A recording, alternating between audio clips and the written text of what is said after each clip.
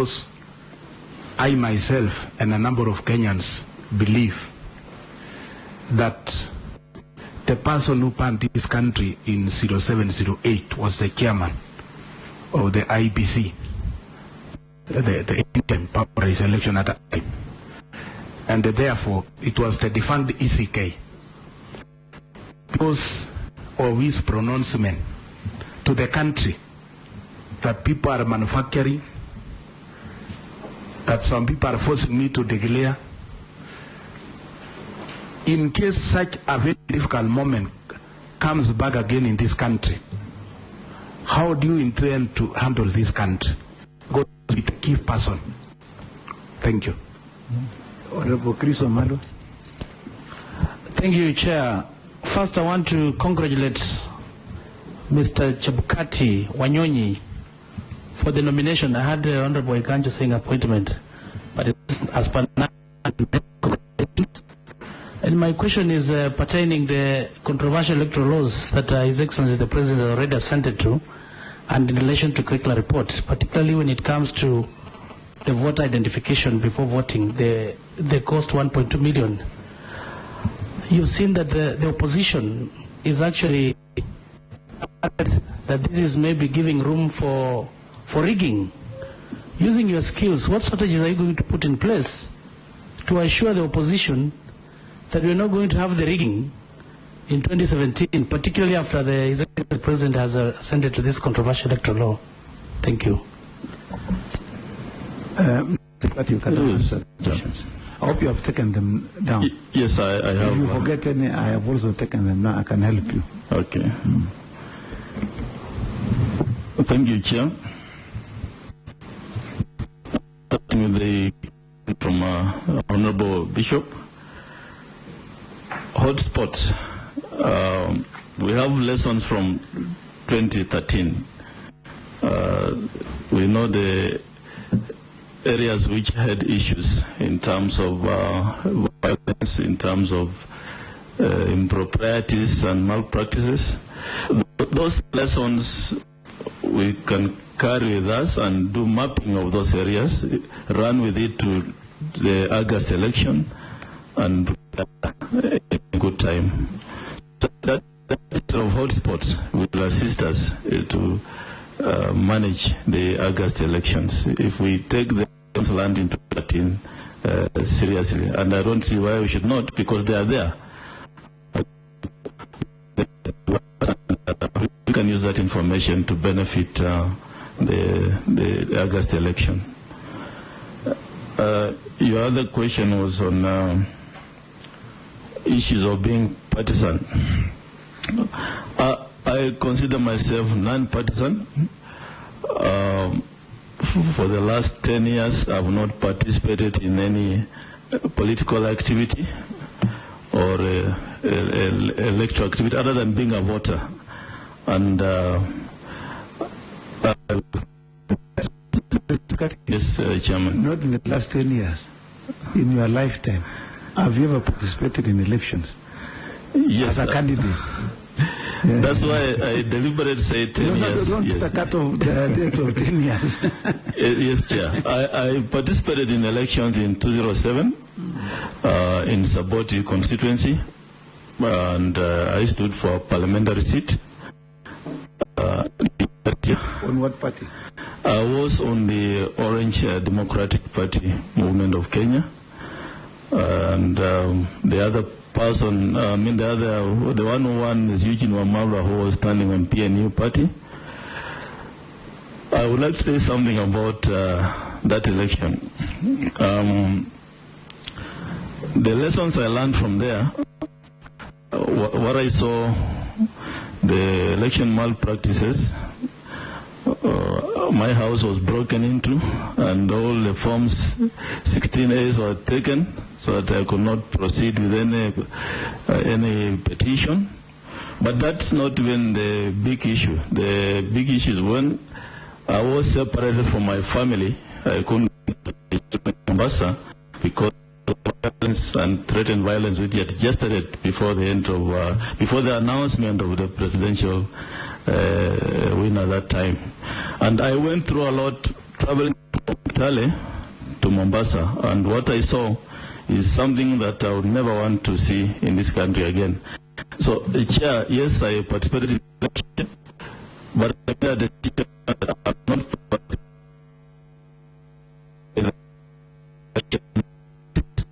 I have not been active in politics since that time. And the people of Saboti and Christopher Malwa, the MP of Kiminini, my MP, witness to that. Be been active. Yes. But are you still a member of any political party? Thank you, Chair, for the question. At the moment, I'm not a member of any political party. Prior to this appointment, I had resigned from the Orange Democratic Party movement, and I'm not a member of any political party at the moment. When did you resign?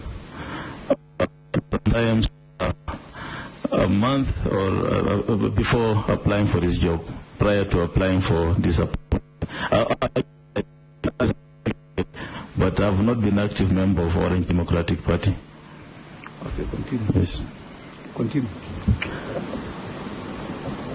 So, on the issue of partisanship, I would say that I'm not a partisan. I will exercise my duty as chairman without fear or favor of any party, and I'll run a free and fair and credible election without favoring any party. I will treat all parties in the election as the same when they come before me, and in the stakeholders forums when they do arise. There's a question from Honorable Ganjo. I don't know whether I've satisfied your answers, Bishop. Yes. Honorable Ganjo asked about parallel tallying centers. And the issue of parallel tallying centers, I'm not aware of the parallel tallying centers which are being threatened. I don't know whether there's an official communication to the IEBC on that. It's something which perhaps I'll wait to be briefed by the IEBC. Yes. He's asking, yes, you as a lawyer, is there any legal mechanism to allow for a parallel tallying center? What would you as a lawyer say? Because you know you are a lawyer, you are a nominee now for the chair. I mean, you hold a position with regard to that. If you are instructed today or you are asked to give a legal opinion, what would you say? Thank you, Chair. The issue of running elections is the mandate of IEBC. The Constitution and the election laws say the body mandated to run elections is the IEBC. And it's only IEBC which will be able to deal with voting, transmission of results, and collecting those results and declaring winners. However, if another body comes in and says we are doing the same, then there will be a lot of issues in terms of the accuracy of those results. But that's not to say that the candidates and the stakeholders, the political parties, can do their own thing, but whatever they do should be taken as the official position. I mean, we can't stop people from collecting information and for their own records, but that should not be seen as an official position. The official position must be the IEBC, because it's the only legal body mandated to run elections. Continue. I think there was another question by Honorable Waganjo, whether you support picketing to remove, for instance, if you are approved today, we recommend you for approval, and the National Assembly approves you. Yes. Do you support picketing to remove you? Thank you, Chair. I'm aware the right of picketing is a constitutional right. Citizens can express the right to strike, to picket, and so forth. But I would not want to support the issue of picketing for every problem we have in this country. for the simple reason that a lot of time is wasted, a lot of things happen, people get injured, people even die. Now, we don't have to take that route if we can talk to each other and manage situations. I think if there's proper communication, proper information and meetings with the stakeholders and communication with the Kenyan people, we should not reach a level of picketing in situations like this one. But it's a constitutional right for people to express themselves. You can't stop them. We voted for the constitution, and that's our country. But I believe, as chairperson of IEBC, that channel of communication will be open, and I hope we don't reach a level where there's mistrust to lead to those kind of situations. Question by Honorable B. Okay. Are you aware about the amendments? Have you read them? I heard last night on the news that the President has signed the bill into law. I followed up the debate in the Senate and National Assembly. I have not digested all of them, but I'm aware there is an amendment to Section 44 of the Elections Act, introducing Section 44A, in addition to what we already have as Section 44, which merely brings in an aspect of our complementary mechanism in on issues of identification of voters. Now, I would say this, that IEBC has been planning towards this election. I have their operation manual here, election operations plan, which they say they have outlined how they are working on this. So I don't know exactly what the department in charge of IT has done. I would want to really be briefed on what they have done so far, because we are not inside there, we are outside here.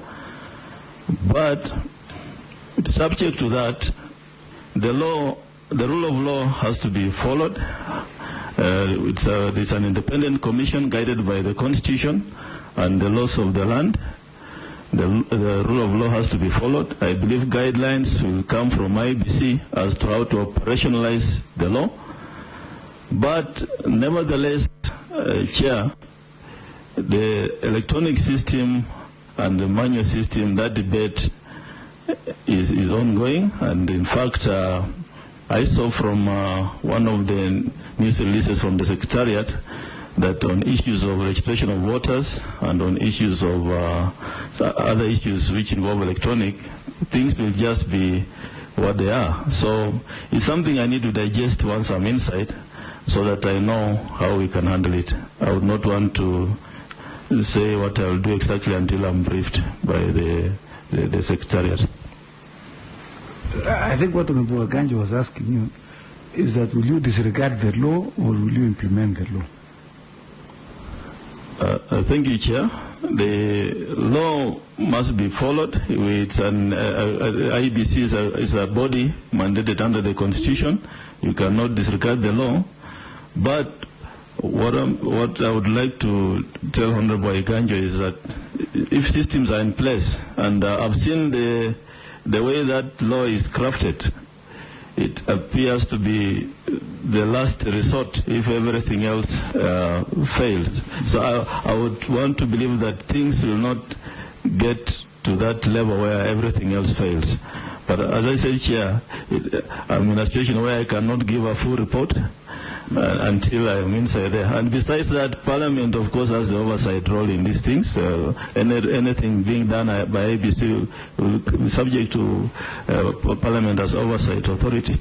Of course, if you have any problems when approved, yes, you can come back to this committee. This is the oversighting committee. Honorable B's question. Yes. Honorable B, a question on 07, the role of the chair. Yes, the chairman of IEBC is the overall leader. He's one who guides the organization. And utterances made by the chair obviously taken seriously. So I agree with you that a chair should not make irresponsible utterances which are not considered. The chair has a commission. Like in my case, if Parliament approves me, I'll have 6 commissioners who come in with different backgrounds. They are different skills, which I'm sure I'll be able to harness so that whatever decision I make is a considered decision, so that I don't just come up and utter words which can cause problems to the country. And therefore, that's how it works. I would not wake up alone and issue statements. I would work through my commissioners. I've looked at their CVs. There are people from different backgrounds, different educational backgrounds. If, Chair, you approve them, in my view, they are quite a team that I should be able to harness. So whatever comes out, whatever statements come out, it will be the Commission speaking to the Chair. And I want to assure you that I'll not just wake up and make statements like what was made in 2007. Wamalwa had concern. Yes, Honorable Malwa asked me about electoral laws and voter identification issues. Chair, Honorable Malwa is my area MP from community. And I suggest that's a friendly question he has asked you. No, I want to imagine he asked me a difficult question and he's my area MP. I believe he wants to bring something out of me. The issue of voter identification is actually the crux of the matter in terms of the recent amendment. And Section 44A is mainly tailored towards voter identification. We have the voter identification devices which will be in place. If you look at some jurisdictions, when, for example, in Ghana, when they started with the same systems, initially there were a lot of problems in 2012 when they voted first. Systems failed and so forth. We also had a lot of problems in 2013. However, Ghana had an election last year and it was successful. Most of the things they were doing improved. I also believe that we shall have improved systems, learning from our experiences in 2013. And therefore, we should be able to have an EVIT system which should identify voters. A question has been, I watched the interviews the presentations in the Senate, and there were a question on whether somebody who doesn't have fingers, who had fingers before, how will he be identified, and so forth. I believe IEBC may have a way forward for that, but if I may give an example of Ghana, in Ghana, what happened last election, I think in December, all agents of the party are called if such a case presents itself, and there are not so many such cases. All agents are called. The data is on the computer. The EVIT system is off-grid, so it's just there. It just needs power. The data is on the computer. There's a name, the ID number, the photo.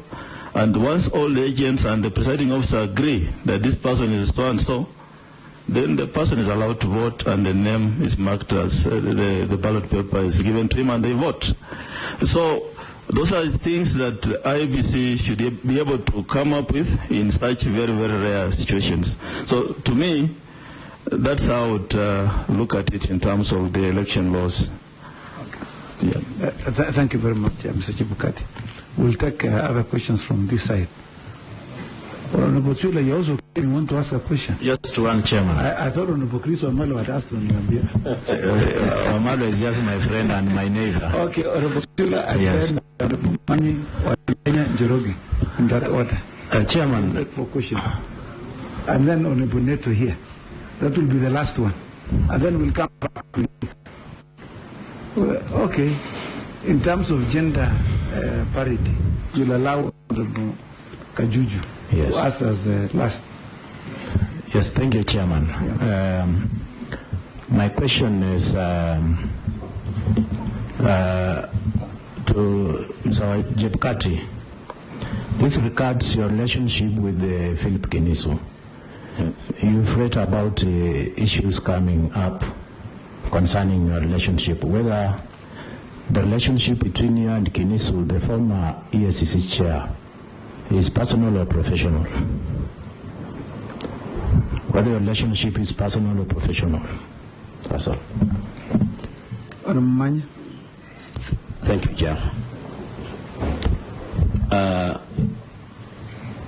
The Chair, you've told us here that during the first advert, you did not apply. When this was done the second time, you realized 2 names were given to His Excellency the President, and according to the way you scored, the other nominee scored more than you. Now my question is, did you lobby to get this position, or it just came sheer luck? I'm sure Honorable Mamani didn't play any sport person, so Honorable Yenya on a light note. Wafula Chebukati, in 1997, you are a member of the committee that investigated the recovery crashes. And you know very well, since 1992, most of the elections we have held in this country have been characterized by tribal crashes. We had tribal crashes in 1992. 1997, we had the Rikoni crashes. In 2008, we had post-election violence. As the chairman of IEBC, if you are confirmed, what would be the solution to peaceful movements and cohesion during the time and after general elections? Thank you, Chairman. And I think Honorable Amaro is interested on this for the Chairman, because yeah. And now that was by the way, I'm asking because in this country we have seen returning officers openly re-election, and we have example of Starehe in 2007 and Kamukoja and recently in Madare. What recommendation would you give for such officers who have done that openly? And because we have never seen a returning officer being prosecuted for such offenses. 2, we have a history of perennial losers in Kenya, always crying and saying that they have been rigged out. Will you be intimidated by these people? Thank you. Honorable Neto. Thank you, Chair. I was still consulting with Honorable Kajuju, but that doesn't impede the questions I want to ask. I want to ask 3 questions to the Chair. The first, you said when you're responding that part of the problems that the current the commissioners that were ousted suffered was issues of credibility and trust, if I heard you right in terms of your answer. If that is true, there are allegations that you are acting for Nairobi City County at some point. And one of the things you've been accused of, if at all it's true you're acting for Nairobi City County, was professional negligence in certain cases. How does that measure on your credibility and trust, being the chair of a serious commission such as this? The second thing is with regard to your experience, I've looked at your CV, a very good student of the London School and everything else. Your competence is in maritime laws. And we know for a fact that the IEBC is a place where there's going to be immense pressure and a lot of other things. What, in your view, are the important and urgent challenges of the commissioners that are incoming, if at all you make it as chair? What are the incoming challenges? What do you think is more pressing for the commissioners to do? But also, given that your only experience with elections was a general election in 2007, 2008, and you since then have run away from anything elections, anything political, how will you handle the pressure being the chairman of IEBC should things go out of hand in 2017? Third, and lastly, you've said that you're a transformational leader. What does this mean? What does it mean to be a transformational leader? And how would your transformational leadership move the commission forward? And very lastly, have you ever had a chance where you've had a conflict of interest on any issues? And how did you ever resolve that conflict of interest? Thank you very much. Thank you, and I think it's a pleasure that we have this opportunity to speak to you, because I believe that what you are seeking as a chair of IEBC is a job that you really must deliver for Kenyans if you get it. Now, I've noted from your CV that you are a member of the Orange Democratic Party until you decided to apply for this job. So did you resign just for convenience, or it is in your interest that that is the party that you believe in? And do we foresee a situation where there could be a possible conflict of interest between your having been a member of that party and now the position that you're seeking to hold? Number two, if we look at the timelines, the time that you have if you get this job, and the date of the elections, you barely have 7 months, so to speak, for you to put in a team of commissioners who are fresh, new, and for you to be able to work with the chief executive officer and his team, build synergy and be able to deliver a credible election. So how can we get your assurance and this committee and the country at large that you're really going to have a team and make sure that you synergize for you to do the work that you're supposed to do if you get the job? And the last question is, normally we know in Kenya, after elections, there are normally very many petitions to the Supreme Court, presidential. We have cases in court from the MCA level to the highest level. So how prepared would you be to take up challenges at the nomination stage and also at after the general elections? Do you think you're the man fit for this job? Or do you think you're going to take off after, like you did in 2007 when you attempted to vie for the Saboti parliamentary seat? We need your assurance. Mr. Chebukati. Yes, I'm going to give a final one to Honorable Dio Cheng, Member of Parliament for Ugenya. But just a clarification, as you will answer Honorable Kaju's, you attempted, you actually vied and lost. That is a true position. So that it is not seen that you actually ran away from the old competition from Honorable Eugene Wamalo. Honorable Chen, please. Thank you. Thank you so much, Council. My name is Ochieng. The reason I asked for the floor is just to follow up on what Honorable Kajuju was asked. That the reason you were actually sent to the President that you are a safe hand, that you've been doing very badly in practice, that are looking for a job. Who asked you to apply? Two. Let me hear. Let me say it again. Yes. My question is very specific. Yeah. That Mr. Chebukati is a safe hand. He can't rock the boat, and that he's been doing very badly in practice. He's looking for a job, and that. Is that based on evidence? No, I'm just putting it to him. from what I personally have heard about him and all that. And so I wanted to know, did someone ask you? Yours is an anecdote, so that yes, that's why I said the follow-up question. Okay. Did someone did someone ask you to apply for this job? And then two, can you tell this committee what you think your role specifically as regards the presidential election and the announcement of the results of the presidential election? Your specific role in that.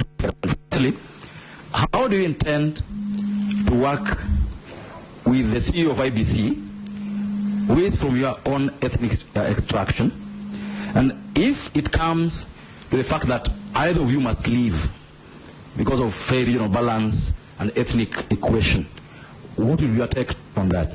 Thank you.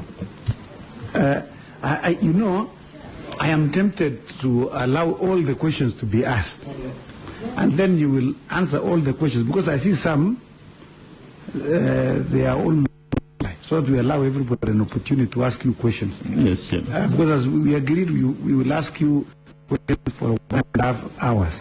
That's close. That's an agreement. So I want to give Honorable Mbaka, Honorable Fatuma, Honorable Dawood, and then Honorable Mutura, and that is it. We start with Honorable Mbaka. Thank you, Chair, for this opportunity. My questions are two questions. One is that the IEBC, or rather the electoral body, since 2007 have lost credibility.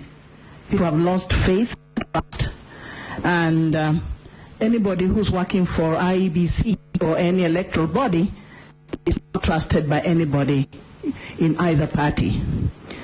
What are you going to do to redeem the image of the electoral body? In this context, it is IEBC.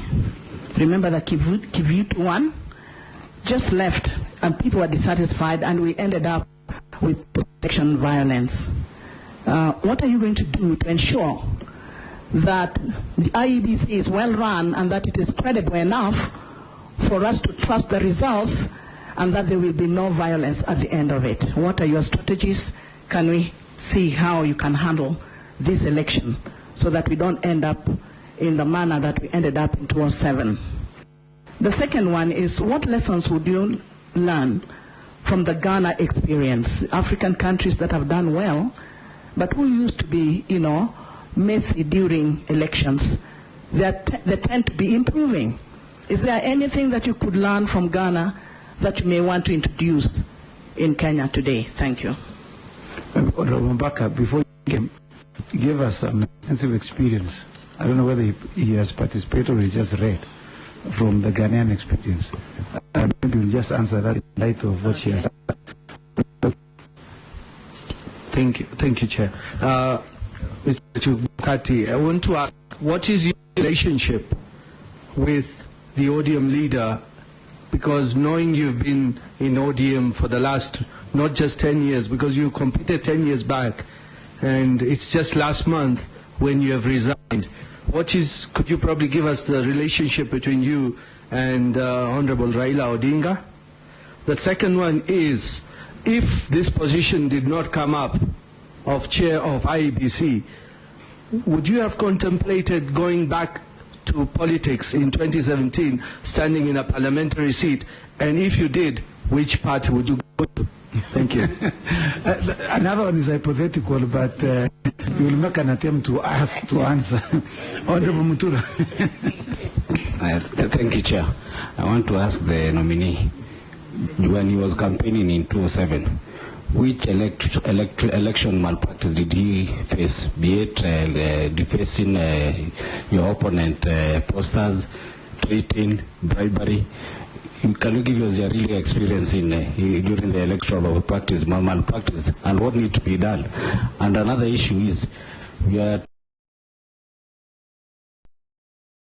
the way things are now, it is like the commission is taking direction from the politician. How do you want to bring sanity and independence of that commission? Thank you, Mutura. Now, Mr. Chebukati, you don't have to repeat some questions which you have answered. What Honorable Mutura is asking is what you had already stated. that in fact your Form 16 was stolen, your house was broken into, and that you intended to petition, but you didn't have anything to petition. So he has some experience. Honorable Fatuma. Thank you, Chair. Congratulations, the nominee, for this position. I want to ask 3 questions. One question is about your ethnicity and the number of chairs of different public institutions. If you look at the chair of the National Police Service Commission is from your region, Western. The newly appointed chair for EACC is the chair is from Western. Point of order from Honorable Vaya. So, Chair, I just was wondering, is that a fair question to the candidate who is not in any way involved in influencing appointment to those commissions? No, thank you, Honorable Vaya. I wanted to hear the full question of Honorable Fatuma, and then I will rule as to whether you will be required to answer that question. Thank you, Chair. Thank you, Chair. I agree with you. I think Honorable Vaya needs to listen to the full question. Honorable Chair, my question is, there are 4 critical institutions, 3 critical institutions that are headed by people from one community: National Police Service Commission, Anti-Ethics Commission, and now the Gender Commission, and now the IEBC. And the likelihood of our assessment and our assumption is this is another way of taming the Western province to vote for Jubilee. And it seems that it's a negotiated, so what is the question? Appointments to attract and force the Western people to vote for Jubilee. What is your view about this kind of appointment that is negotiated, and how will it affect your performance in terms of carrying out independent, accountable, and fair election? Chair, my next question is... and the last one. Chair, my next question is, there is an allegation that as a law firm, your law firm has handled a lot of cases of NYS. NYS is the epicenter of corruption in this country, is one of the landmark corruption for Jubilee, and you represented money. Chair, I think it's wrong for the point of order, Chair. Chair. What's the point of order, Honorable? I think it's totally out of order for Honorable Fatuma to allege that the corruption that is said to have taken place, because it's a mere allegation as we speak about NYS, that it has anything to do with the Jubilee government. She should apologize or substantiate, Chair, on what exactly she means, or if she has the facts to table them before the Chair. Thank you, Honorable. That NYS is corruption. I think what Honorable Fatuma is merely asking is what she has also read in the press, that you indeed were acting for Mr. Kisu to benefit NYS monies one way or the other. So maybe he's saying, were you paid using that money? No, don't. Just order members, order. Yeah, order. Even when you send someone, yeah, you actually know. What offenses would be. Order members. Order members. You know, Mr. Chebukati is a very senior lawyer. You know, having graduated earlier, 2 years earlier than me, I believe is the competence and the capacity to answer all these questions, whether they are adverse or otherwise. So we will not protect Chebukati as a senior lawyer. I'm sure you have been handling some of these cases in court. In the care of the Bombokaya clashes. So I'm sure you're able to Chair, deal with some of these things. Can I conclude my question? Conclude, Chair, I think we need to appreciate that. But don't be too advanced, eh? Chair, yes, I'll try. Yeah. I think we need to interrogate the chair or the nominee for that position. It's a critical position. Yes. And you don't belong to any party. You're not in Jubilee. You've said you've been friends with the ODM, but I'm not sure that one.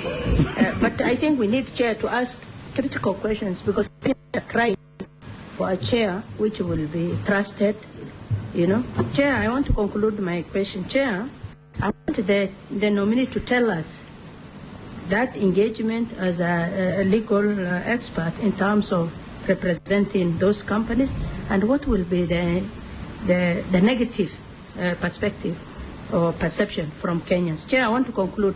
Chair, when I look at the CV of this nominee, he is very strong in private sector and very weak in work experience in public institution. And I'm really worried whether he will drive this critical institution in terms of providing the critical leadership required to conduct, because 2017 we can see already is chaotic. And we are looking for a person who is very experienced in terms of leading and driving a public institution like IEBC. Thank you, Chair. Thank you, Honorable Fatuma. Honorable Fatuma has asked the most hard questions. Yes. You know, you said you resigned about a month ago from our party. So I thought she was going to be lenient to you, but she appears not to be. The question as to the ethnic composition of the Chapter 15 commissions, I think you have nothing to do with the appointing of. You know, I think that's a question that we'll canvass as a committee when we recess, so you don't need to respond to that. But with regard to all the other questions she has asked, whether you partook in the NYS monies that were eaten, I am being assisted here, whether you partook in the cake of the NYS. So just if in an holistic manner, maybe you can pair those questions and answer them. You know, some are related, so you don't have to go one question by the other. Maybe you can just band them and say, with regard to the following issues, you will respond as follows. Yeah. Yeah. Thank you, Chair. Yeah. Yes. There is a question from Honorable Sundwa. Oshula, sorry, which I think touches on the same question as Honorable Fatuma on the issue of me representing Kinisu. Now, Philip Kinisu came to me as a client. I met him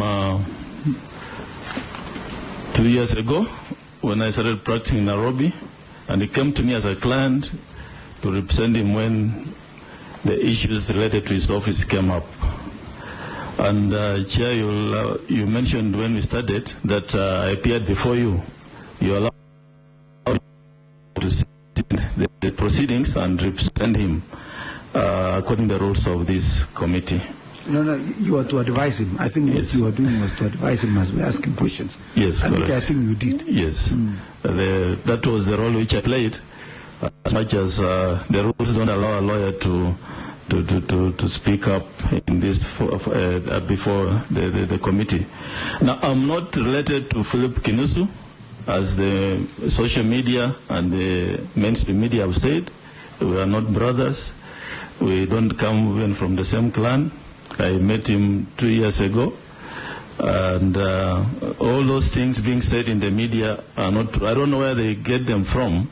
I would imagine that if an issue like that came up, somebody should call me and ask me. Nobody has ever called me to ask me anything. Mr. Chebukati, yes. Thank you for your information. Yes.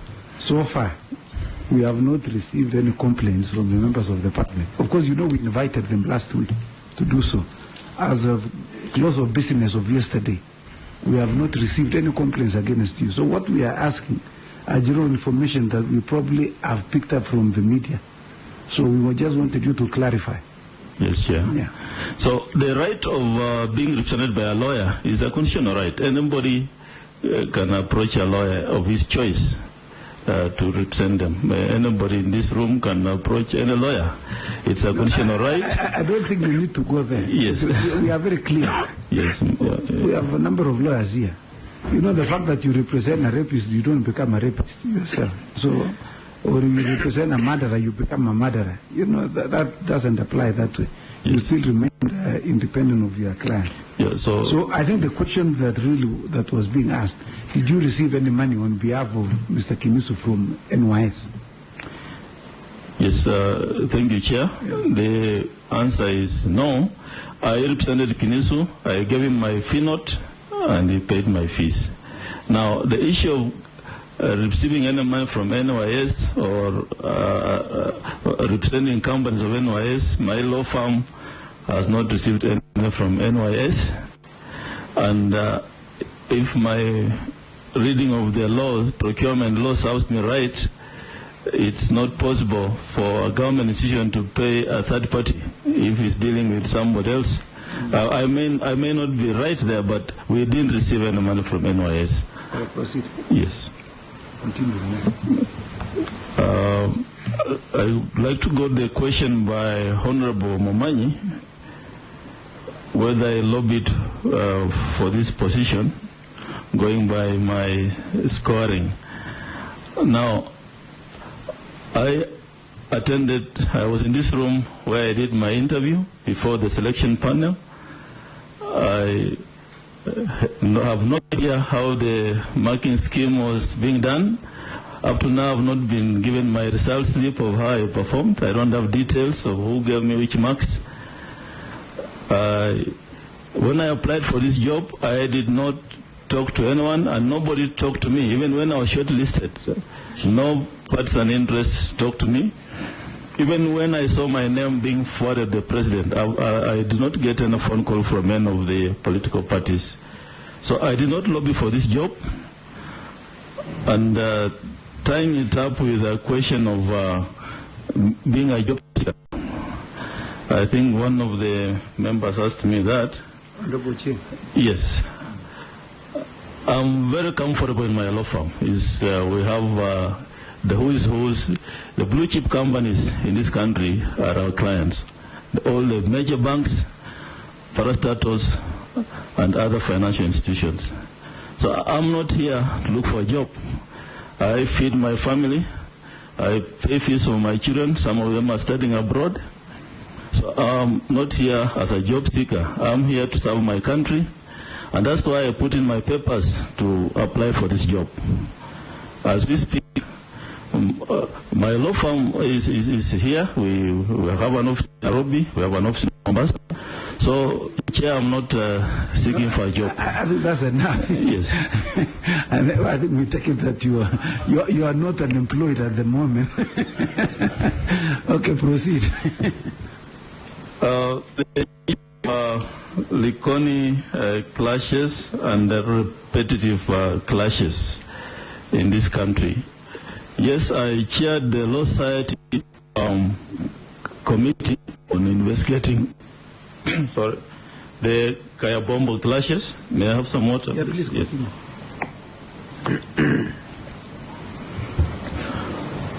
And I agree with Honorable Kenya that repeated.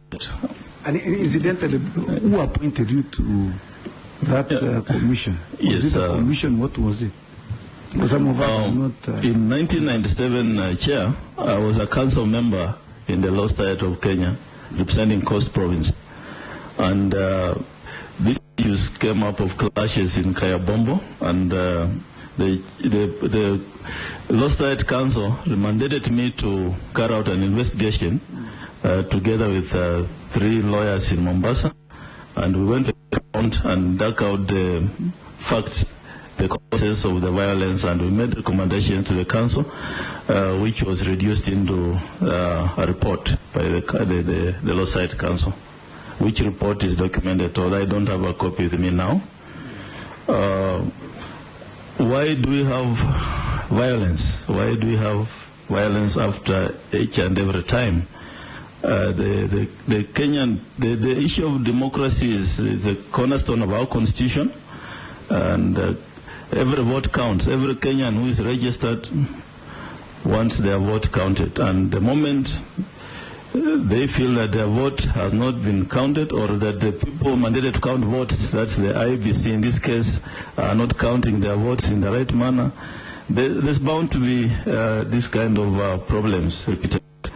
As we speak now, I know some people during August are already planning holidays out of this country. Just to be aware, there are some have been doing that every election year. I also know locally people move away from certain areas where perhaps they perceive there will be violence. And what I want to assure Kenyans is that as chairman of IEBC, I would work towards making sure that everybody's vote counts, that the in the elections are able to have meetings with IEBC so that there's no misunderstanding, there's no miscommunication, because we don't want a situation where every election year we have problems in the country. That's my prayer, that this should not happen again.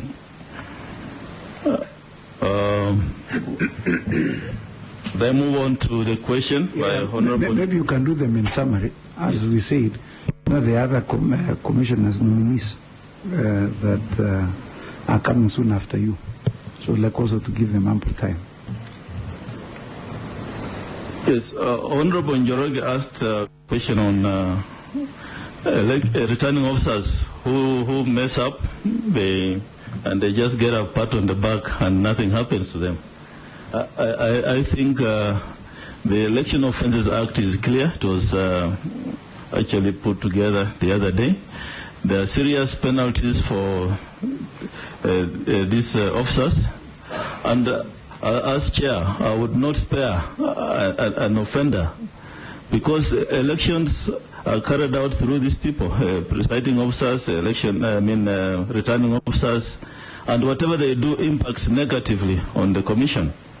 And to transform the commission, as Honorable Neto also asked me, as a transformational leader, I would want to clean up the systems, ensure that the staff is trained, ensure that the staff is beyond reproach. Staff doing business with the IEBC, including commissioners, should be dealt with in the right manner so that there's no conflict of interest arising at all. So anybody who commits such an offense by colluding and then defeating the cause of the voter wants to vote and wants his vote counted, and then you have a situation where a returning officer defeats that cause, that person should be immediately dealt with and prosecuted. He should not be spared. There was a question, Chair, on perennial losers. I don't know what that exactly means, and I stand to be guided. As far as I'm concerned, all parties being involved in elections should be treated equally.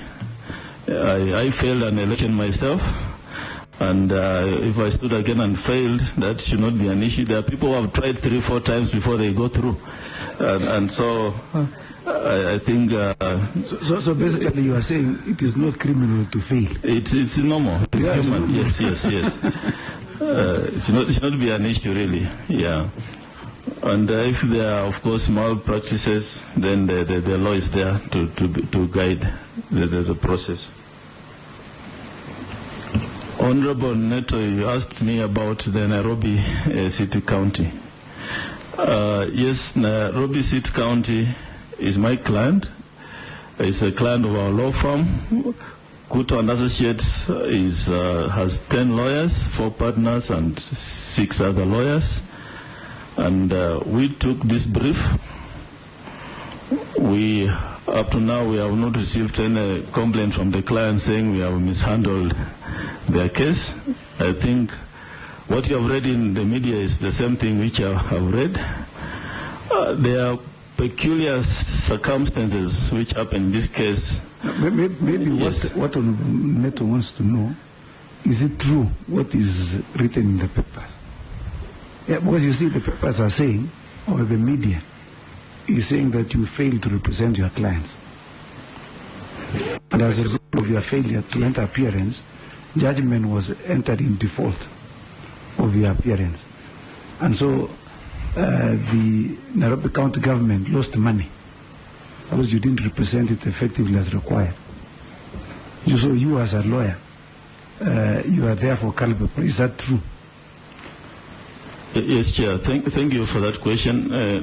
But Chair, this opportunity presents me now to set the record straight, because what has been going in the media out there and other social media, I didn't have a chance to speak.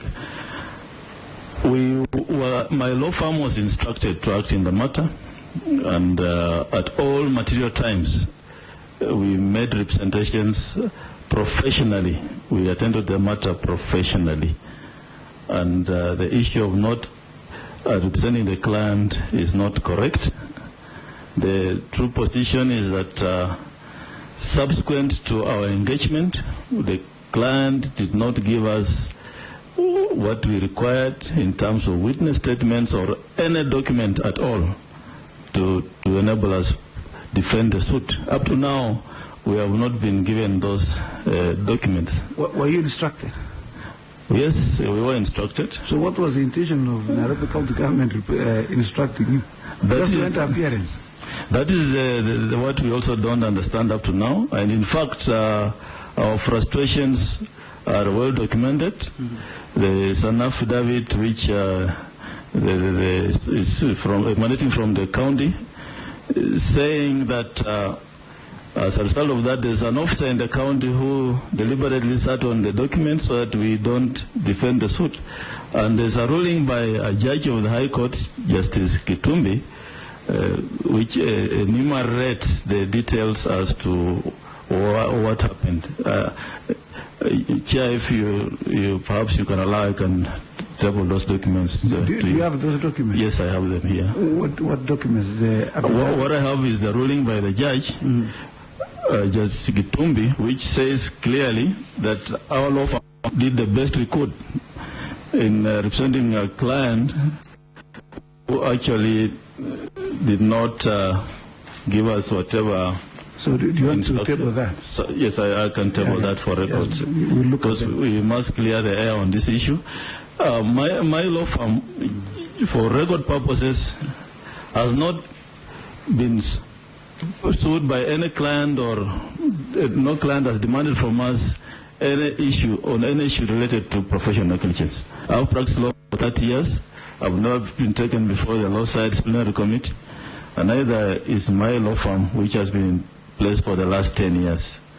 So basically, this is the only time I've heard that we were negligent. Professionally, we did our job. Mr. Chebukati, yes. Don't dwell on that. Yes. I have a letter from Law Society indicating clearly that there's no complaint against you. I think you have given us documents. We'll look at them. We'll decide. I think the documents are clear. I haven't gone through them, but it looks like there's an affidavit by one Karisa, and I see the ruling. So we'll look at them. Thank you. Okay, proceed to the next question.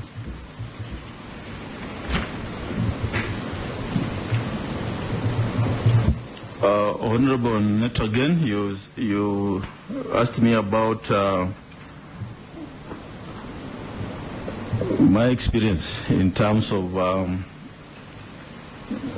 the election issues.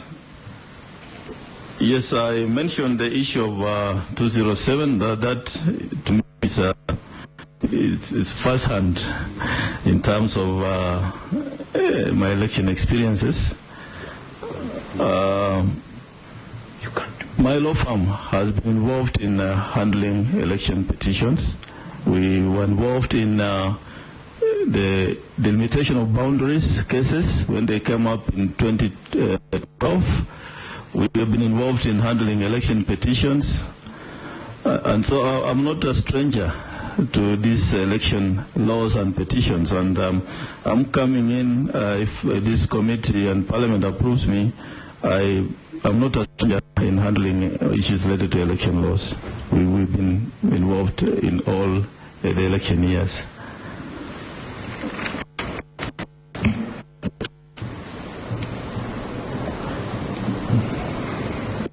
There are questions from Honorable, I don't know whether I'm done with Honorable Neto's questions. Yes, continue. Yes, Honorable Kachuju, you asked me about ODM and whether I conveniently resigned. Now, I have not participated in elections. I mean, I have not had active participation in elections since 2007. if I did, the people of Kiminini, where I come from, would be very much, they will have talked by now, and my area MP can confirm I have not been actively involved in the elections since 07. I have not participated in party matters since 07.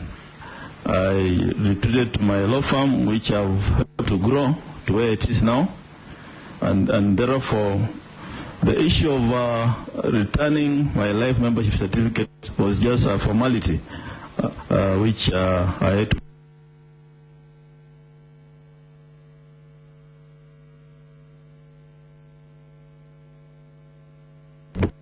And from which I can tie to that about me being close, or rather my relationship with the ODM leader. I think it came from Honorable Dawood. I last met the ODM leader in 07 when he came to Saboti. That time during the campaigns, I have not met him. That time I think it was a group of, they used to call themselves, there were 7 of them, including many others. He must have come to campaign for you. Yes, he did. Together with Honorable Ruto that time and the others. It was a group of 7, some 8 years. They came and campaigned and left. That's the last time I interacted with Honorable Raila. I've not met him up to now, and that's the position.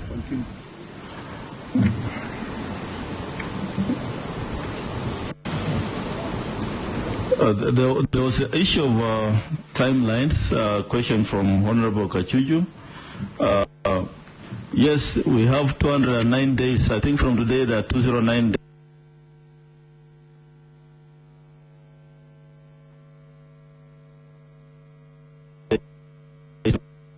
Teamwork, if this National Assembly approves our nomination with proper teamwork, we should be able to deliver, because that will be our point of focus in terms of the short-term goals.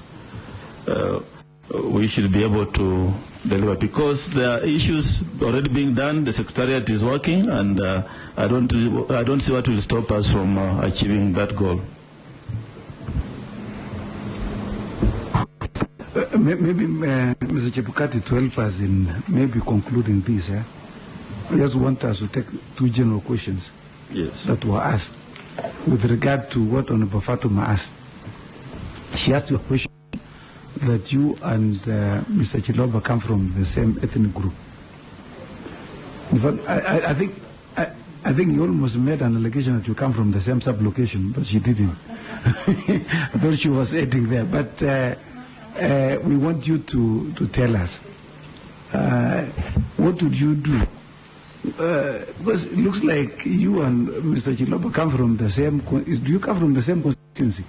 That we would like to know. Although I'm asking Lunga and Chris Wamalo, he's shaking his head. That doesn't mean that he has answered the question. You will still need to answer the question.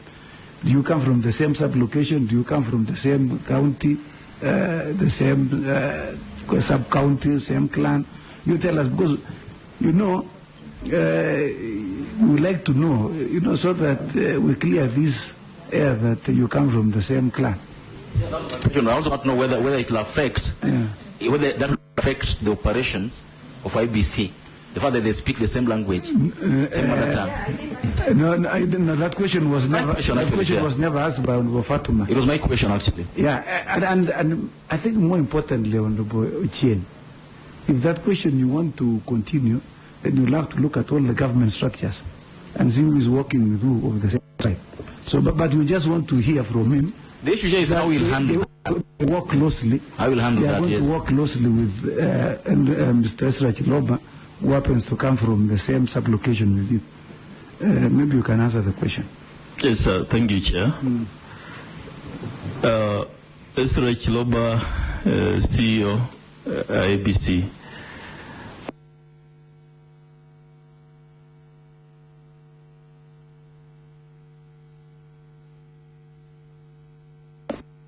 From what I've heard, He's from my not constituent, but he's from my county. I understand he comes from Kwanza. I come from Kiminini constituency. So, in terms of corporate governance, the chairman does not make decisions alone. He makes decisions through the board, of which the CEO sits as a secretary to the board. And there are very few things the chairman can do directly with the CEO without going through the board. But having said that, Issack Hassan came in 2 years ago, from what I know, through competitive interview. He passed the interview. He was, I believe, the best out of the people who came out of that interview, and he got it. And to me, there's no conflict of interest. It's not like he's my son or my brother or my sister working with me in an organization. So I think those fears of speaking the same mother tongue, really, to me, they are not fears that should worry the country. I think it's as the chair you said, there are many such cases where people from same region work in the same organization. But I don't see a conflict of interest arise. The only way I would look at it is there a conflict of interest, and I don't see how it can arise in this case. Yeah, I noticed that we are way past the time that we are set. And I want to thank you very much, Mr. Chebukati, for coming and answering the questions in my view, fairly straightforward manner. You are quite experienced lawyer. You are now entering into some, what others would call a treacherous field. So it depends how you are going to navigate this field. So that you can get out without being muddied. So we want to wish you all the best. And on behalf of this committee, we want to congratulate you for being nominated, because we are going to recess and consider your name alongside what you have said and all the information that you have provided. It is the custom of this committee to accord you an opportunity. If you have any questions to ask, this is now your moment to do so. If you have any comments to make, you are free to do so. Yeah, thank you, Chair. Mine is to thank you for giving me the opportunity to be present this morning and to hear me. I want to tell the Kenyan people out there that the right to democracy is a right we must guard, that your vote counts, and that if I become chair of IEBC, I'll ensure that your vote is counted and that we have free, fair and credible elections, and that bring the institution to that institution where there's trust and respect, and that you vote today or you go back to work without fearing for the worst. Thank you, Chair. Thank you very much. You will be if your name, of course, is if you are approved, or if this committee recommends to the National Assembly, this is the committee that you will be interacting with from time to time. Yes. This is the oversight committee, and so we will be expecting you to request for meetings. You should not only wait for us to call you. Please, this is a very hot seat. It touches on the lives of very many people, including these members of parliament. So many things will be dependent on you in terms of ensuring that there is fair and credible elections to be conducted in this year. So these members of parliament will be looking at you as the person who will ensure that there's fairness and impartiality in the conduct of the election. Yes. So we'd like to wish you all the best, and we look forward to seeing you again if your name is, if you are approved. I thank you, and you are now discharged. Yeah, thank you, Chair.